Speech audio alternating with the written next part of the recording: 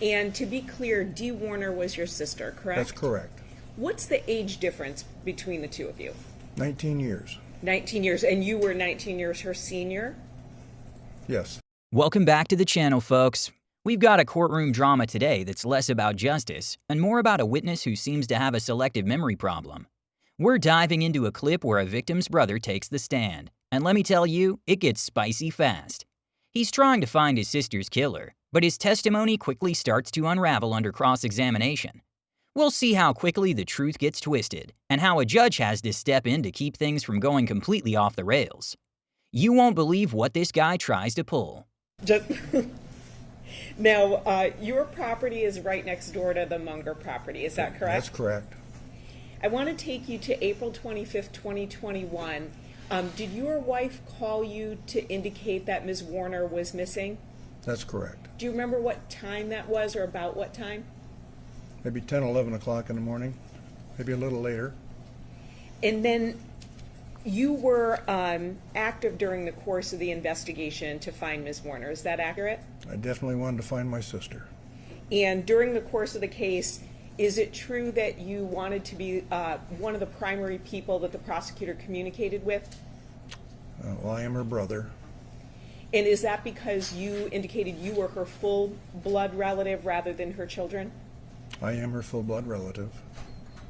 Now, you also wanted to be told details of the investigation, is that correct? I was very interested in finding my sister. Sure, and so, again, you wanted to be told details of the investigation, is that correct? The same answer, ma'am. I really was intent on finding my sister. And so, again, sir, the question, I know you were intent on finding your sister. The question was, did you want to be told details of the investigation? Yes or no, or you don't remember, or you don't know? I was expecting to work with authorities to find my sister. So the answer is yes, is that correct? The answer is exactly as I said. All right, hold on a minute. This witness, Mr. Hardy, is already doing verbal gymnastics here. The prosecutor is asking a straightforward yes or no question. Did you want details of the investigation? And he's giving us a whole soliloquy about being intent on finding his sister. We get it, you cared, but that doesn't answer the question, does it? This isn't just a simple misunderstanding. It's a classic evasion. It makes you wonder why he's so hesitant to give a direct answer. What's he trying to obscure by being so cagey? It's like he's trying to control the narrative from the witness stand. And that's a huge red flag for credibility. Straight answers, please, sir. Okay. So, Mr. Hardy, I understand that you want to give some context to your answer, but I would just like a clear answer. Did you want to be told details of the investigation? Yes. Thank you. And then during the course of the investigation, you actually offered a reward. Is that correct? That's correct. And that was on March 10th, 2022. You offered a $50,000 reward for your sister's remains, correct? That's correct. And at that point, your sister was still missing, correct? That's correct. Thank you. Now I want to move on to the tank as it relates to finding your sister. Is it accurate that at one point you were in the or on the Warner property loading fertilizer and you had an eerie feeling? No. Okay, did you ever make that statement to the media? I don't recall if I did. Okay. Does that sound familiar at all, that you would have been on the Warner property and that you had an eerie feeling? Okay, this is where it gets good. The prosecutor asks if he ever told the media he had an eerie feeling on the property, and he suddenly can't recall. Does that sound familiar at all, she presses, and he still plays dumb. Oh, Mr. Hardy, this is a courtroom, not a game show, where you get to pick your own answers. He's clearly trying to deny something he said publicly. This isn't just forgetting where you put your keys, this is a direct contradiction to being set up. It screams that he's either lying, or his memory is conveniently selective when it suits him. Either way, it doesn't paint a picture of a reliable witness. Get ready, because I have a feeling the prosecutor has a little surprise for him. I did buy fertilizer from my sister and her husband.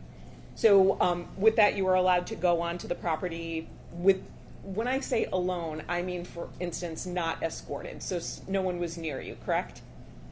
Yeah, I was. There are several Warner properties. Sure.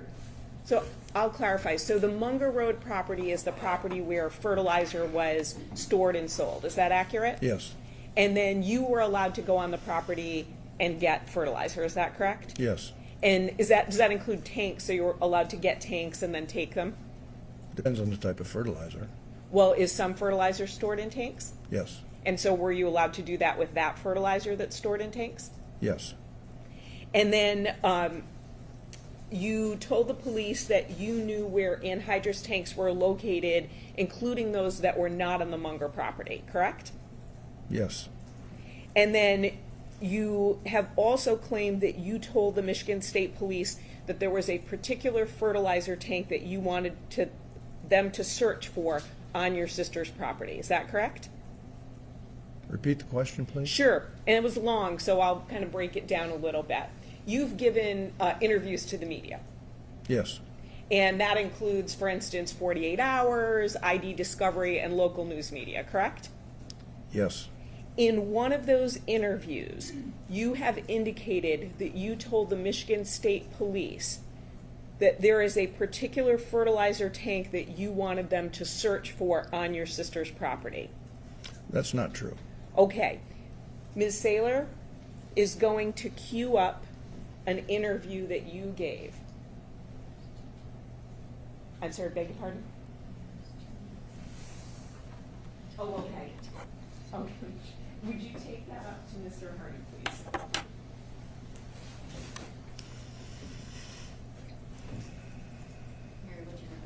It's the People ID Discovery interview? Yes.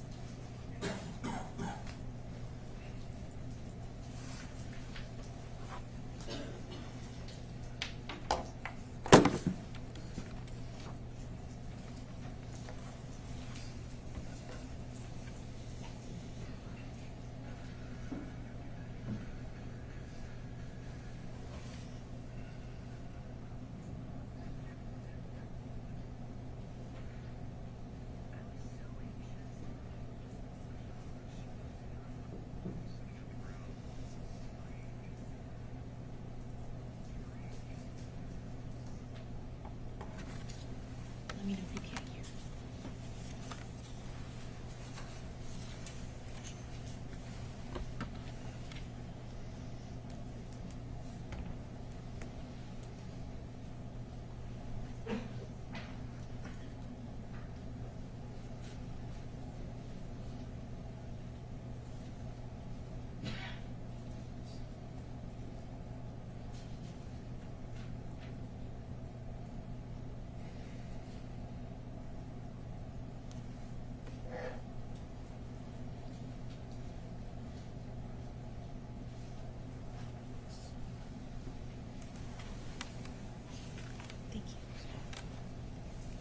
Was that your voice, sir? It was. And that was you in the interview, correct? Correct, it was. And in that interview, you claimed that you told the Michigan State Police that there was a particular fertilizer tank that you wanted them to search for on your sister's property, correct?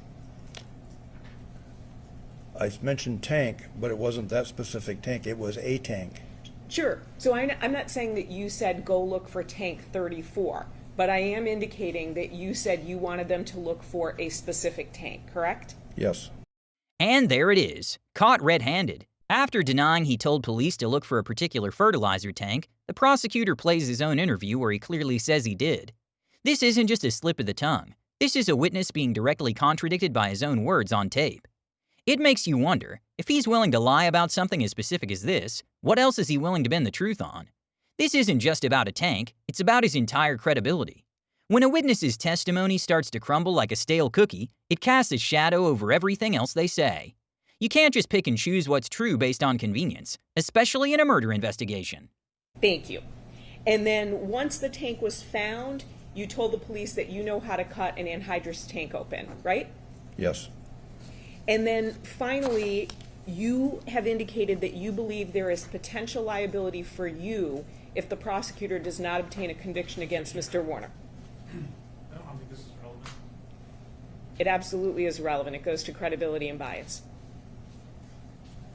I would overrule, I believe there's relevance there. So. Thank you. So I'll repeat the question. You have indicated that you believe there is potential liability for you if the prosecutor does not obtain a conviction against Mr. Warner. Well, I have spent 5 years of my life trying to find my sister's murderer. That's not my question, sir, so I will ask it again. You believe there is potential liability for you if the prosecutor does not obtain a conviction against Mr. Warner? Well, honestly, Mr. Warner's an evil Sir? person, so I don't know what Sir? he Mr. Hardy, I'm going to stop you there. I'm going to direct the jury not to consider anything that was said in that last response. Whoa, whoa, whoa, talk about an outburst. Mr. Hardy just went completely off script, calling Mr. Warner an evil person right in front of the jury. The judge immediately and correctly shuts him down and tells the jury to disregard it. This isn't a soap opera, sir. It's a court of law. This isn't just a passionate moment. It's a huge breach of protocol and shows a clear bias. It highlights exactly why the prosecutor was asking about his potential liability earlier. His emotional investment is clearly clouding his ability to provide objective testimony, and that's a massive problem for his credibility. You can't just go around slinging accusations from the stand like that. And Mr. Hardy, I'm going to direct you to answer directly the question that you are asked. Thank you. Mr. Hardy, I'll ask again. You believe you have potential liability if the prosecutor does not obtain a conviction against Mr. Warner, correct? What a roller coaster. This case really highlights how crucial a good cross-examination is. Mr. Hardy went from an emotional brother seeking justice to a witness whose credibility was shredded by his own evasions and outright contradictions. It makes you wonder about the motives behind some testimonies, doesn't it? This isn't just about finding the truth. It's about making sure the truth isn't twisted by personal agendas or selective memories. Let me know in the comments what you think about this witness's performance. Do you think he was trying to mislead the court, or was he just confused?